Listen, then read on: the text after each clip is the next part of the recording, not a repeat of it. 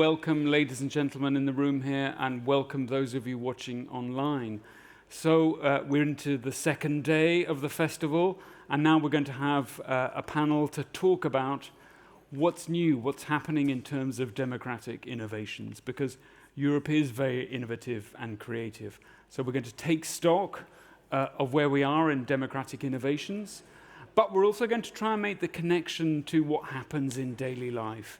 Democracy is not only about what happens at election time, it's also not only about what happens in assemblies and panels and other formats.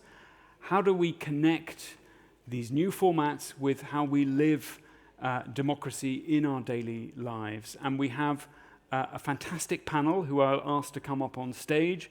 First of all, I think he's now mic'd up.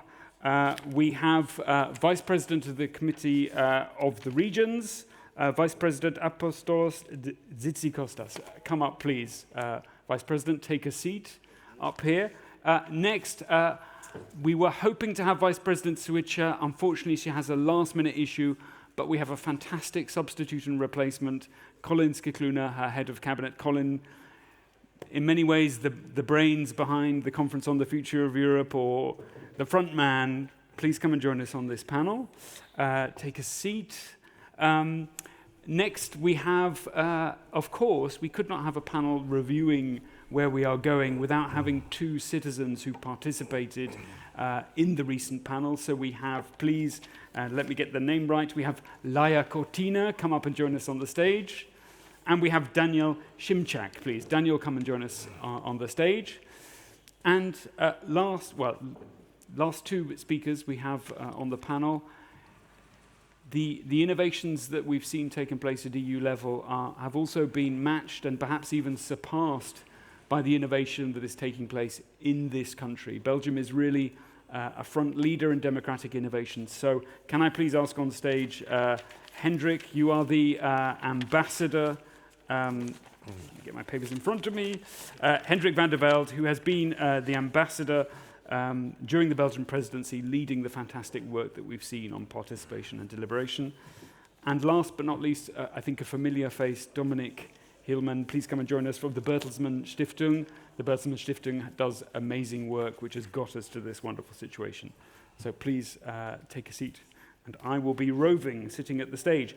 Now, first of all, we're going to start with a video about democracy in the European Union. So let's run the video. The European Commission's work on democracy and demography is about people like you, determined by demographic factors. Democracy is the bedrock of our societies. There is a vibrant, dynamic space between elections to build a resilient democracy fit for future generations. With the Conference on the Future of Europe, people of all ages from across the European Union shared their hopes and dreams on the kind of EU that they would want to live in. And most of these ideas were put in action. We set up European citizens panels on important subjects. Citizens produced concrete recommendations for the EU to take forward. In this way, the EU makes sure its policies reflect what people really want. But there is far more to it. Europe is in the midst of a profound demographic transition, and these changes are set to impact our economies and societies. A growing proportion of our population will be over 65. Children born today are far more likely to live up to 100 years. At the same time, fewer babies are born. Our workforce is shrinking. And we are facing many other challenges. For example, maintaining a fair balance between rural and urban areas, ensuring everyone has the opportunity to thrive in a competitive and innovative Europe, and that no one is left behind. But to get there, we must rethink our frameworks, since they are designed for shorter lifespans. To tackle these challenges, we presented the Demography Toolbox to unlock our human capital. We aim to increase the number of women in the workforce, make sure that workers' skills are in line with demands of the market, empower older people to remain active and live longer and healthier, and limit shortage of labor through legal immigration. There is no single solution. In a democracy fit for the future, every country and region must work together to work our way through this demographic transition and a better future for all. Maybe a round of applause for the video. Thank you very much. So let's get started. Now, I think first we start with the Commission and then we move through the other institutions. Colin, on behalf of the Vice President, could you please tell us what the Vice President perhaps would have said about how proud she is of what this Commission has achieved on democracy and citizen participation? First of all, thank you very much for accepting me stepping in on behalf of the Vice President, who sends her deep regrets for not being able to be here. I think when we look back at these 5 years, there's a lot that we can be proud of in the Commission, because while at the beginning of this mandate there was already talk about the deliberative wave, about a lot of different innovative practices that were being introduced in the area of democracy. But the European institutions, the Commission in particular, may not necessarily have been attached to these innovations. And I think now, 4 or 5 years later, I think we can actually say that we're probably at the head of the pack, or very close to it, if not.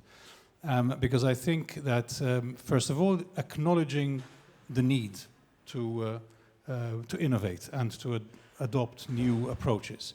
I think also acknowledging the fact that democracy isn't something that happens only at elections or that is a given in a continent like Europe, but it's something that we have to work at. We need to analyze the health of our democracy and the space that our democracy is occupying. And I think we would all agree that there are many issues that we need to address when we consider the state of our democracy. So engaging more with citizens, opening the doors of institutions, making them more accessible, more relatable, is something that we have taken on board as a very very clear priority, and we've taken steps. The Conference on the Future of Europe, as you mentioned, was perhaps the most ambitious of these experiments. We organized together with the other two institutions, with the Council, with the Parliament as well, a very important also contribution of other actors like the Committee of the Regions and the Economic and Social Committee. But then after that, the Commission itself has continued to innovate, both through the citizens' panels that we've continued to organize, the new platform that we've launched, and various other initiatives. I mean, we also support the initiatives that are ongoing within civil society. For instance, one that the Vice President has been a patron of is the European Capital of Democracy. So we've been very open and very keen to engage wherever possible in this innovation. Thank you so much, Colin. If I may turn to you now, Vice President Tzitzikostas, the Committee of the Regions has been an indispensable partner for the Commission's work. Could you please tell us about why these forms of democracy and democratic innovation are so important to the committee in connecting the European project to cities and regions? Well, first of all, let me thank you for your invitation here. It's a great honor to be with you, with all of you. And I really think that this panel is very timely. Why? Because we are talking democracy a couple of days after the European elections. European elections where in most countries of the European Union, we had a very low turnout. So this is a message.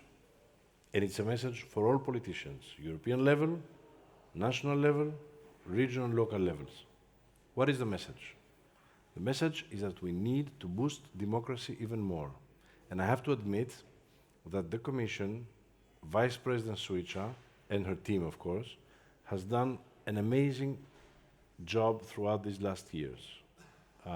With the Conference on the Future of Europe, where the Committee of Regions was a key partner, we had concrete results. But these are results that we need now to put into place, to put into actions, because citizens were there discussing about democracy, about how we can change Europe to make it more attractive to the citizens, and now it's the time to hear, not only hear the citizens, but actually implement what the citizens said during this very important conference. So the European Committee of Regions has been helping a lot throughout these years for democracy with many programs and many concrete projects, from grassroots discussions that happening in our towns, cities, villages, in our regions, because as you know, we represent about 1 million regionally and locally elected politicians in the European Union. So this is democracy in the grassroots. So we have the power not only to bring the voices here, but also to transmit messages to the local societies. So what we do is we organize several events, local dialogues in many of the countries.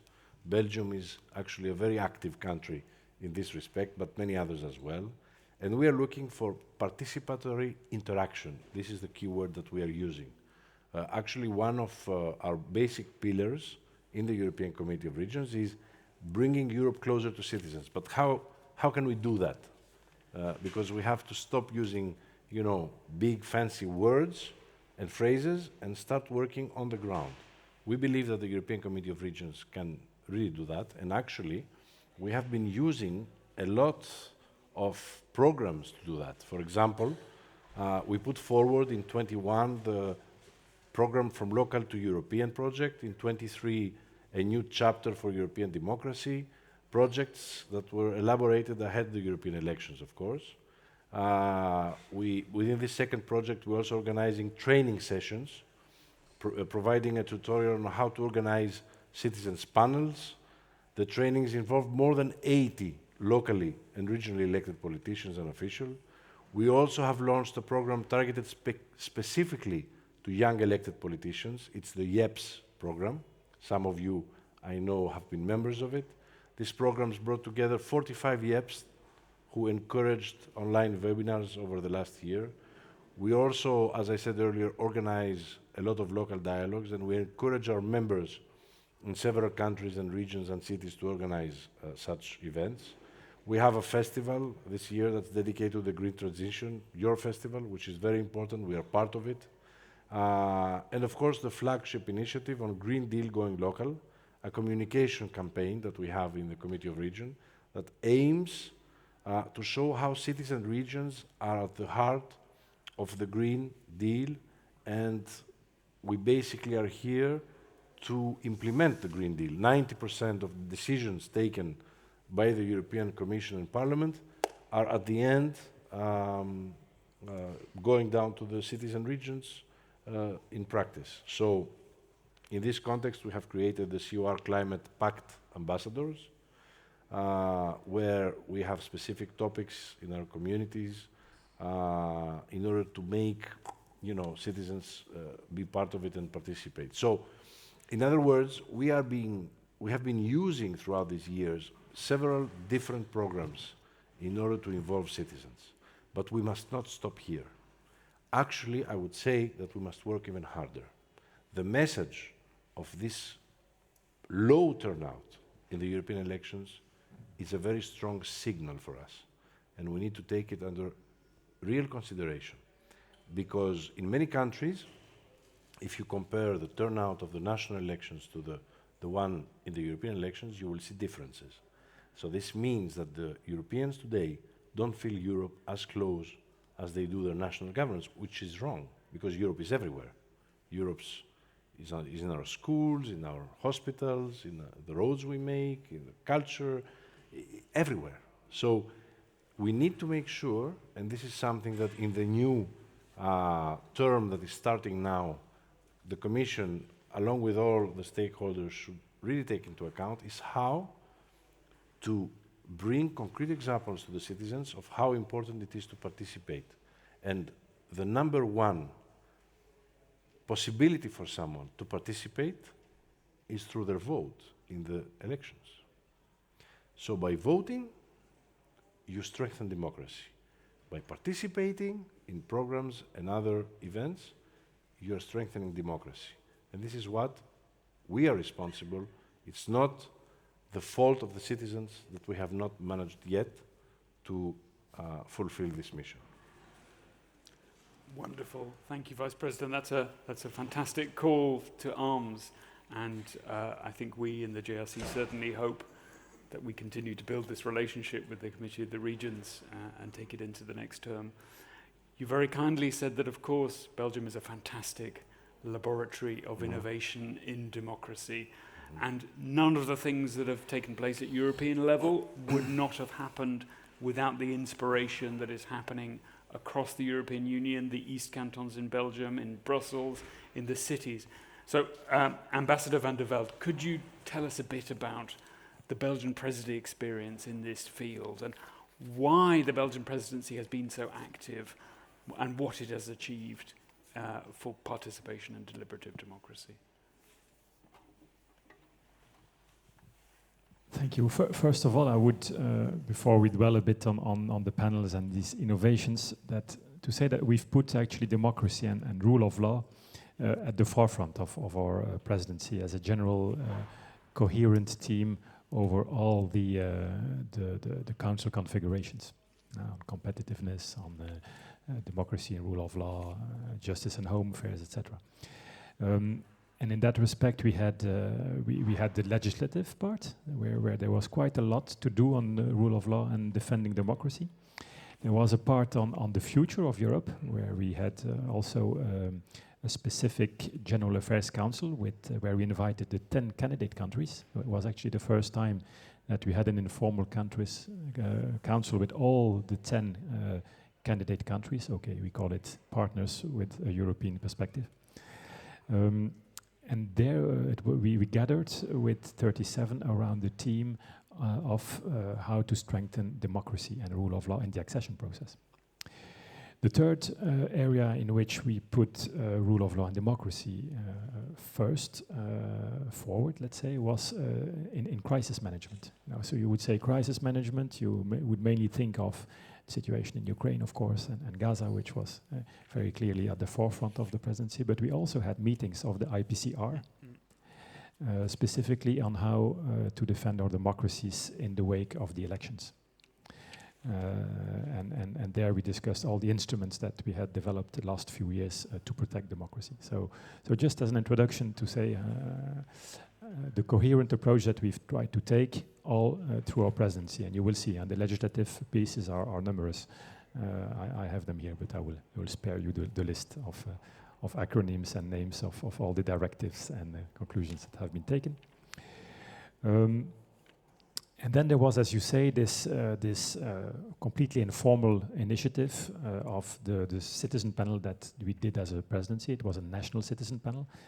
For the small story, we hoped 2 years ago that we could do a transnational citizen panel, but that was a bit asking too much to the national politics to carry that.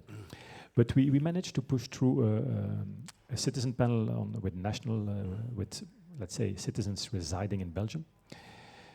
And the idea of that was, we were in the aftermath of the Conference on the Future of Europe. We had done then also a national panel besides the European citizen panel.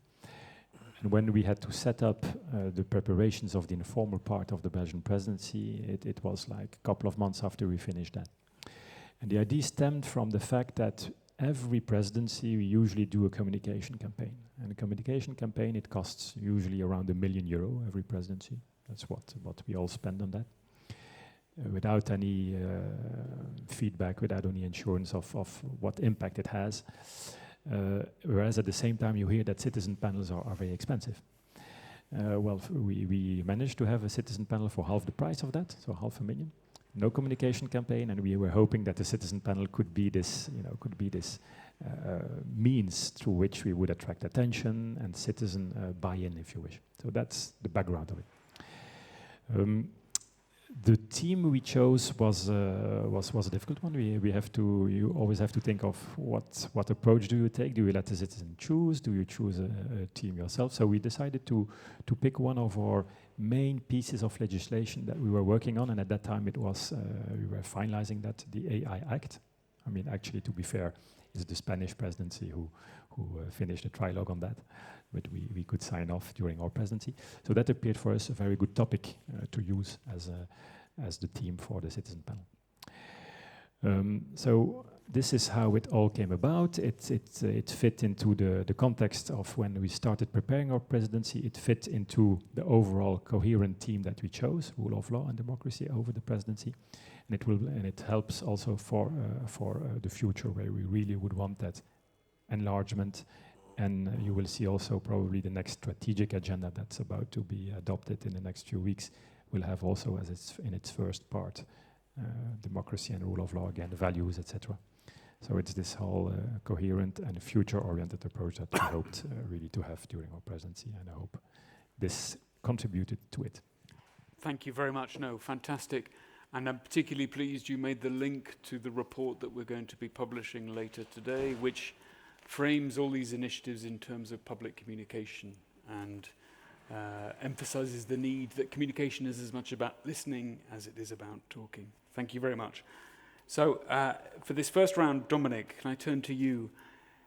What have we learned over the last 5 years about all these techniques? So we have definitely learned that we've got institutions in Brussels that have become trailblazers in citizen participation. So the European Commission, so quite unexpectedly, I think, but also the Committee of the Regions, the Belgian Presidency, so very active, and I could spend my time on paying tribute to them. But I'd like to be a bit more provocative, and perhaps shed some light on a couple of challenges. First of all, so we may applaud all those initiatives, but at the same time we had European elections with a lot of populist votes. So, I mean, applauding just the new instruments of citizen participation and at the same time seeing all the problems we are having with democracy, that feels a little bit like I got off on the wrong station. Yeah? So there is a discrepancy. So, and that means for me that first of all, citizen participation instruments, they've got to become more political. They've got to become more visible. Yeah? And they've got to become less technocratic. So far, we have seen many citizens participation instruments, or let's say we've seen citizen assemblies, citizens panels on the European level on interesting topics, but let's say most of European citizens, they haven't taken notice of that at all. They do not know anything about those methods, they do not know anything about the instruments, and they know even less about the topics. And if I'm honest to myself, and I would call myself a citizen participation expert, I have to sit down quietly and think about what were the topics of the last 5 panels. And I've got to make an effort to remember it. And that means we're talking about public spaces today. I mean, we've got to link the debates in these panels to the debates that are taking place on streets, that are taking place at home, that are taking place in Europe. Yeah? That means we've got to have citizens panels on really, really big topics. Maybe migration, yeah, or something else. Yeah, we've got to mirror these discussions in these projects, and that means we've got to make it less technocratic in a way. Also, we as a community, we have tried to make those citizens' participation instruments better and better. Yeah. So we mend them, we improve them, yeah? And European integration is very often compared to a bicycle. Yeah, so it's got to run, and it doesn't go forward. It falls. Yeah, but for me it feels like improving that bicycle in a basement. Yeah, so we're changing screws, improving it, but no one takes notice of that, and that as well has to change. We need a joint European approach. So. Of course, the conference on the future of Europe was a joint effort of the institutions, but now the Commission is doing something, Parliament is doing a little bit less something, yeah, and the council, I'm not really sure what they are doing. I think there needs to be a joint effort also in the future of the three institutions. So these are just a couple of challenges I see, but I would say topics, yeah, more timely, more courage with regard to overall processes, and a really joint endeavor of the important institutions. Fantastic. Thanks, Dominik. You've thrown down the gauntlet to us. Now, we need to move on to the second part of the discussion, and you made the bridge very, very nicely, which is how do we connect these exercises to the practice of democracy in our daily life? And here I would like to bring in the real experts, who are the two citizens we have on the panel, because you certainly should not have a citizens' festival without some citizens. So if I could turn first of all to you, Laia. You were recently a participant of the panel on tackling hatred in society. Can you share with us the recommendation from your working group and why you think it's so important to maintain a healthy and safe public space? And then I'll put the same question to you, Daniel, and then I'll come back to the panel to ask you your thoughts. Well, first of all, thank you for having us and for allowing us to share experience and to be part of this discussion.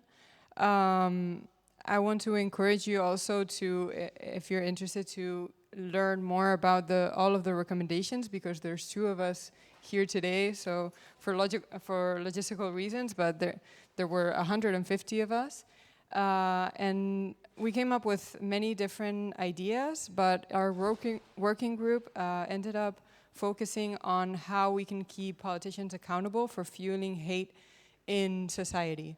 So our recommendation focused on establishing a trust committee to create a code of conduct and to enforce this code of conduct among politicians. We've seen a significant increase in hate speech and in political discourse and an instrumentalization of hatred, which has normalized hate in public spaces. So we wanted to tackle this issue by enforcing these clear guidelines and expectations for behaviors. Because in the panel we talked a lot about the pyramid of hate. So in the lower levels you have just implicit biases, and when you go higher up you have violent crimes, hate crimes, and even genocide. And one of the main drivers of this escalation is the role of context. And when these behaviors are normalized in the public space by politicians, it normalizes them for the citizens. So I believe that we need to enforce this code of conduct so that we can protect our communities and we can have a respectful debate in society. Fantastic. Thanks very much. You listening? Okay. Thank you for your information. First of all, thank you for inviting me. And 2 months ago, I go first time to the Brussels, to the European Citizens Panel, to work with the problem what we have in the Europe, the hate. 150 people working on this problem with democratic rules. Now we have 21 recommendations for you. And without the democratic rules, we don't do that. Because we are voice, we are talk, like in democratic life. Now it's for you. You may read it. You may do it. Everything what you want with that. But this is very good recommendation. In my group, we work about for recommendation by four. It's training for tolerance, because we needed tolerance in our entire life. Without the tolerance, we don't have a democracy. Because if we want to have a democracy, we need that tolerance. Of course, we don't need a hate. That work was very great for me, for my friends from the European Citizens Panel, and everything what we have here is it's our 2 months work.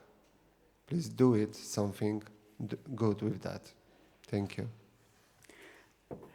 Round of applause.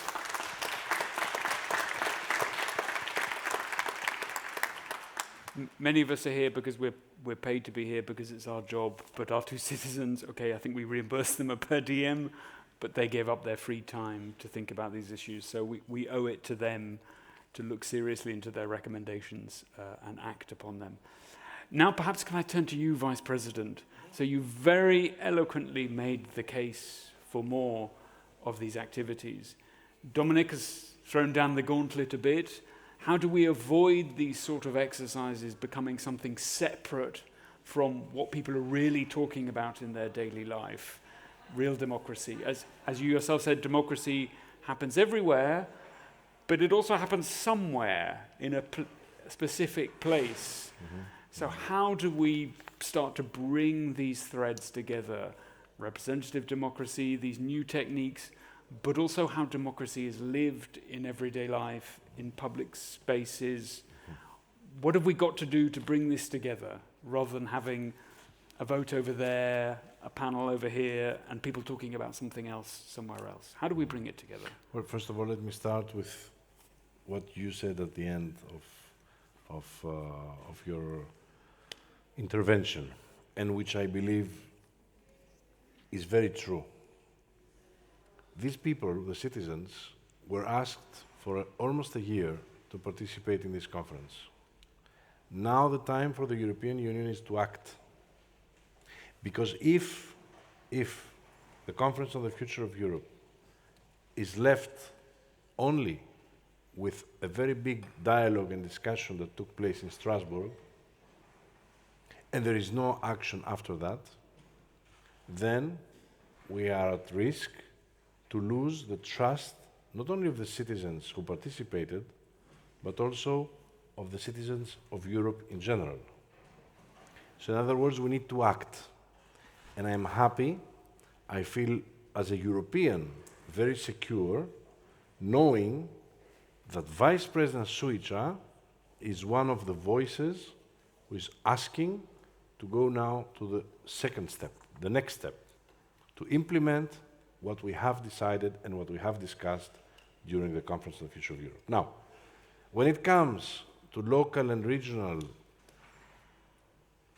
initiatives, I will tell you that there are many great examples all over Europe where either municipalities or regions are involving citizens in the decision-making process. This is happening, for example, in Zagreb, where the City Assembly and the President of the Zagreb City Assembly is involving the citizens to discuss on the Green Deal and how the Green Deal decisions can be implemented on a local and regional level. So in this way, you basically, what they do, they involve the citizens in the decision-making process. Second example that I can give you would be, for example, the Permanent Citizens' Council established in Belgium, here, very close to Brussels, where Karl-Heinz Lamberts was the president, has implemented this council where citizens not only can voice their concerns, not only can make proposals, but can really participate in the decision-making process. Something like this I have also done in my region. I'm governor of the region of Central Macedonia in Greece, northern Greece, 2 million citizens region, where we have created the Youth Council, Youth Regional Council as we call it, where we hear the concerns of the citizens, but we also incorporate suggestions that they make in our policies.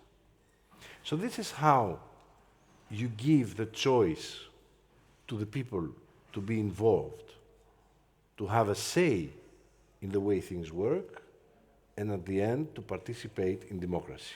This is what I call participatory democracy on the ground. And cities and regions are the actors that have proven so far that can do it better than any other institutional or governmental level in Europe or nationwide. Thank you very much, Vice President. Perhaps over to you, Ambassador, if you would like to answer the question of how we bring all these types of democracy together, or perhaps would you like to tell us a little bit about the event that took place on AI? I mean, most of us in this room, I don't think, really understand AI. So what could ordinary citizens possibly know about AI? Could you maybe unpack a little bit what we learned from that exercise? I think that first of all, as Dominik said, we could take any topic. I feel that a citizen panel, and that's the big asset and advantage of citizen panels, is that you can take and tackle very complex issues. There's no problem with that. So one day migration, actually we should. I mean, you're right that we should pick up the issues that are most difficult to discuss within society, and those that are also perhaps most distorted in public debate and in election campaigns. We see that in Ireland, that the most difficult topics in a society can be discussed. So that's we should be clear about that. The difficulty is, to find the momentum and then the financing for citizen panels to tackle these topics. We face that issue within the presidency. You have elections. You have to start 2 years before you do the panel or you do your presidency to discuss the budget, to motivate everybody. I mean, it's a long process. Then 2 years before the election, start to discuss. We thought, as I said, about enlargement, transnational panels. This is all scary stuff. This is politics. It might be a good idea. We might know that complex issues can be tackled. Doesn't mean that you can convince cabinets, budget people to go for that 2 years during campaign. So, to make it shorter, this is how we landed also on artificial intelligence, of course, which was a topic that is discussed, amongst the population, in families, everywhere, but it's a bit less difficult, of course, than migration. So let's face it, this is how we arrived at that topic. But it's still, I think, still interesting enough, especially that it is new for most of the people. And when you have a citizen panel, you discover that you have very diverse people. We chose people from all ages. We even asked 1/5 or 1/4 of the panel, 1/4, 1/3, 1/3 of the panel to be first-time voters, so less than 21, I think, 2020, yeah. 2019 were the last time, so yeah, for 22 and 24, okay. The details. People from rural areas, people from cities, of course, gender balance, etc. And it's a new topic. You see that you have to educate people on that. You have to bring in experts. You have to bring in knowledge. You cannot just ask anything to anybody without giving the means to reflect on it, without putting everybody at the same level. So this is a specificity that you have to care about when you have debates among different parts of society. The results we got. Again, each time you do a panel, and if you give it the means, you give it time, and it was the same as what we had during the conference on the future of Europe. We are very surprised by the quality and the level of visions, recommendations, and messages that come out of it. They're usually very well thought through. In our case, we found that they were moderate, they were quite detailed, subtle, and most of all, I say that one of the things that were in the written questions that you asked was why didn't you use ChatGPT, or why don't you use artificial intelligence yourself to answer the questions that you put to the citizens? Well, it's very clear that the answers that come out of a citizen panel are not answers that you would find from experts, are not answers that you would find from an elaborate answer from ChatGPT or anything. the human factor is there. We even have had some poetry that was proposed by somebody who was better at expressing himself as a poet rather than a legal recommendation. So these are things you would not come out from ChatGPT. Even if you ask it, you have to think of asking ChatGPT what he should give you as an answer. And only citizens, only people, only different talents and situations can come up with that type of answers, I would say. Thank you very much. I'll ask Dominik to attempt to answer this question, then I'll bring it back to you, Colin, to see what you make of what we've heard about how we reconcile these new formats with everyday democracy. Dominik, what's the answer to your own question that you posed? How we make these new forms of democracy better integrated into daily democratic life? I think it's not just about citizen participation instruments first. Yeah. Of course, citizens panels, I firmly believe in them, and I think so. There is a community now that knows how to do them. Yeah, there is cultural change inside administrations on a national level, on the European level. This is all good, but it's not enough. Yeah. And citizens panel as such, so they are a kind of anchor method, which I think is also important, yeah, because people, when they hear about these new instruments, they can have an idea what it might be. But what I mean is, we need to have a whole of society approach, and we need to involve politics at different level when we talk about democratization and rejuvenation of democracy and the revival of democracy. Just an example. I mean, France has now that snap election, you know, and President Macron has been hailed as one of those who has done a lot with regard to citizen participation. But when I look at the French party system, you know, then I see not that much internal democracy there very often, you know. I mean, now they've got to find candidates within a week. How are they doing that, you know? So it's the party leadership at the end of the day that decides who's on the candidate list or not. That's just one example. What I mean is we need to have a bigger effort, also from political parties and also from other actors, to democratize their own work, to democratize the way they function, because only then that reaches the citizens. So I think there is that risk that we're losing really out, and it's a bit alarmist, yeah, but I think we're losing out on a lot of people. And of course, when we look at citizens panels, we've got people who are quite critical with regard to the European Union. Of course, we do have them.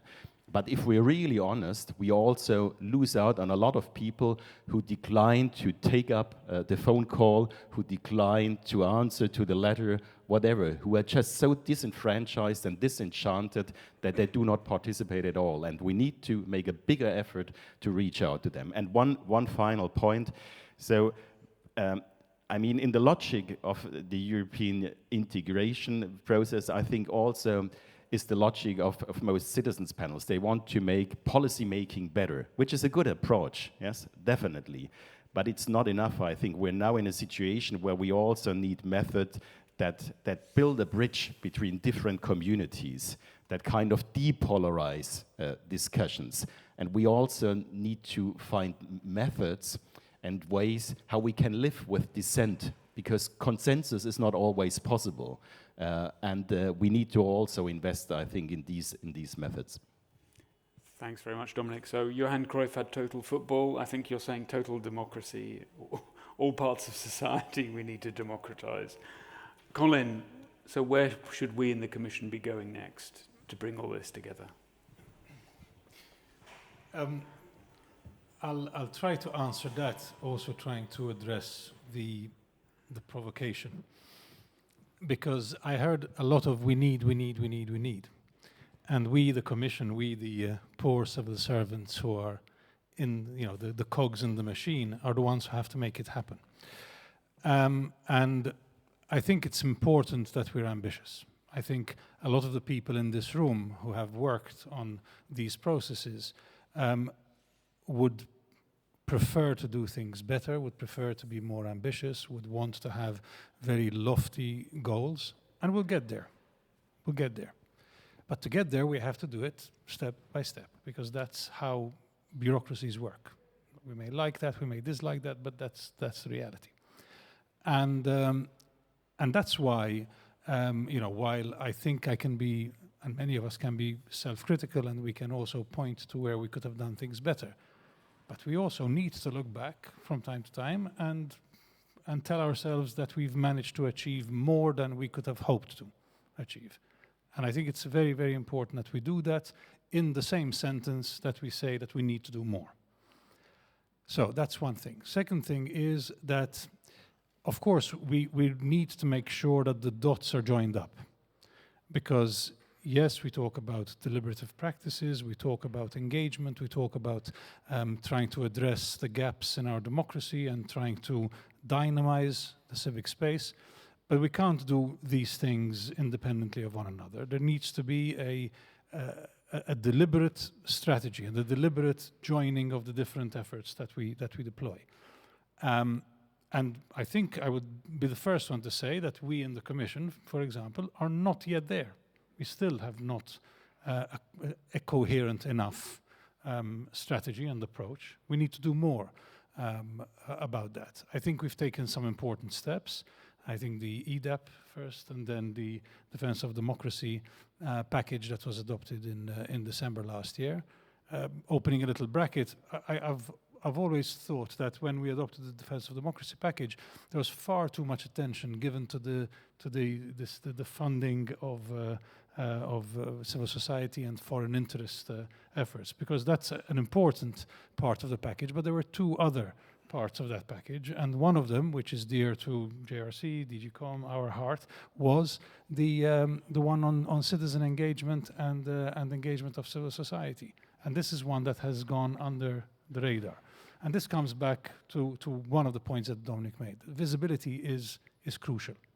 We still have not been able to go beyond a certain level, a certain obstacle that we have in front of us of people being aware. I think I mentioned this when I was here yesterday in the panel that I shared with Gaetan, that when people are called to participate in the panels, they think it's a trick because they've never heard of them. If they had heard of them, then they wouldn't think it was a trick.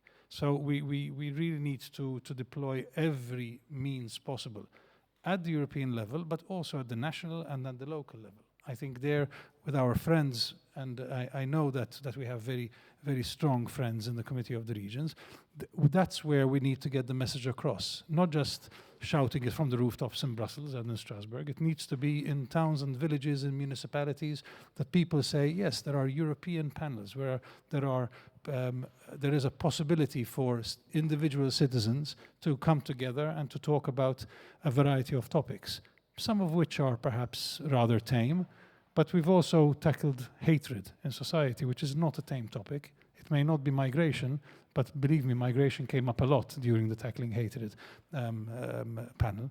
So I think we've shown that we're also prepared to get bolder and bolder. And hopefully, the sky's the limit. Fantastic. Thank you, Colin. I think we need to wrap up. So what I want to do is ask for 1 minute from each of the participants. And it's all very well saying someone else has got to do something. So now I want to turn to you as individuals and ask you to say how your own practice of democracy has changed, or you want it to change, or something you do in your life to live the things that you are calling for. And I would like to end with our citizen representatives right at the end, because I think the citizens should always have the last word when it comes to democracy. So I won't pick on you, but who would like to say something about how you live democracy in your daily life that you would recommend to all of us here in the room or watching online? Vice President. Well, very briefly, I would tell you that what most politicians do is discuss, fewer listen, and even fewer act. So I think that this is exactly where the key of democracy is, to act. Yes, dialogue, discussions, taking the opinions, the point of view of citizens. After all, we are elected by citizens to represent them. We are civil servants. We serve the civilians, the citizens. But how? Not only discussing. People are tired of discussions, of endless discussions, with difficult words, with confusing meanings, something, by the way, European Union is very known for, very well known for.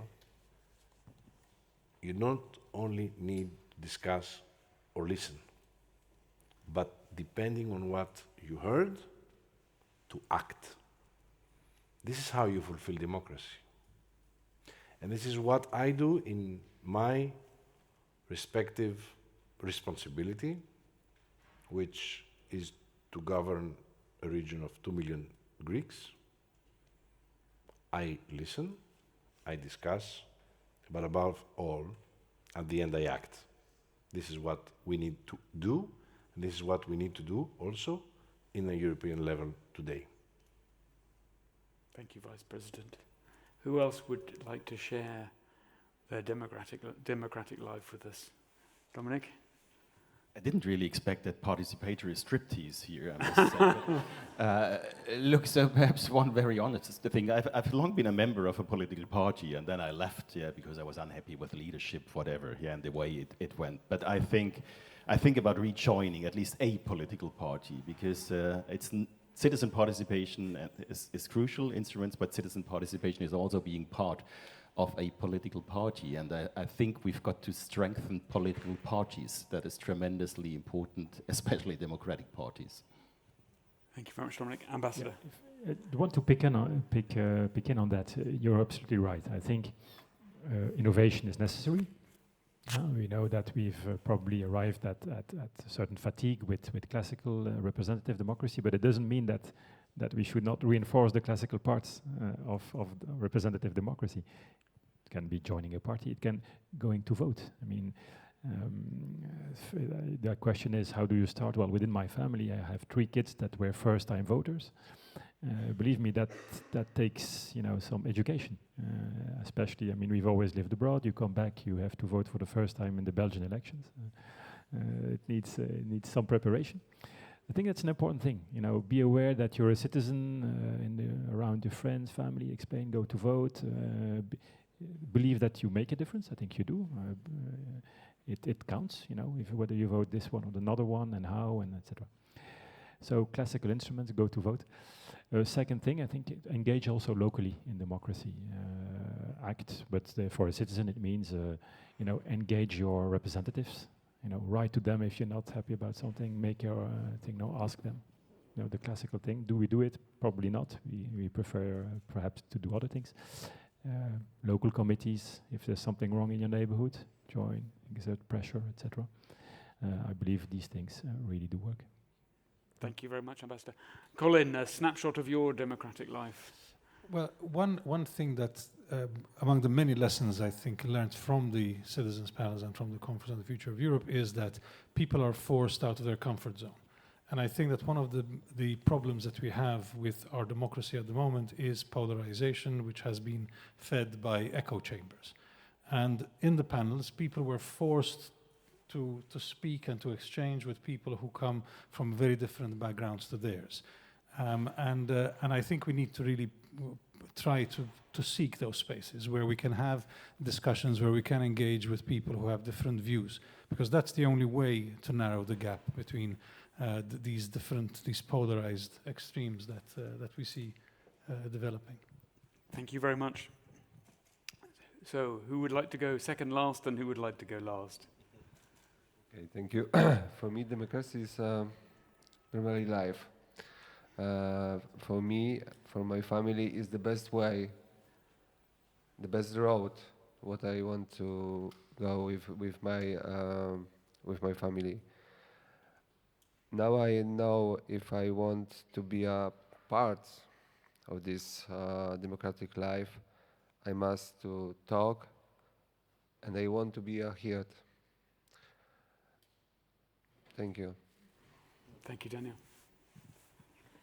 When I think about how participating in the panel has changed my democratic life, To be honest, it's very recent, but the main thing that comes to mind is hope.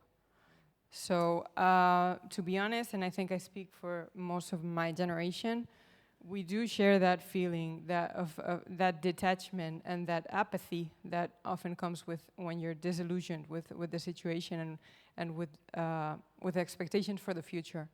So honestly, when I think about the panel, seeing so many people from such a diverse background, all of these different ages and nationalities and professions, and all of these people represented, and all of them sharing this passion for contributing to society, and not only feeling heard, and also I also agree with what you said, that it's important to act. So throughout the whole panel, we've also felt this skepticism about how this panel would actually be implemented after the panel.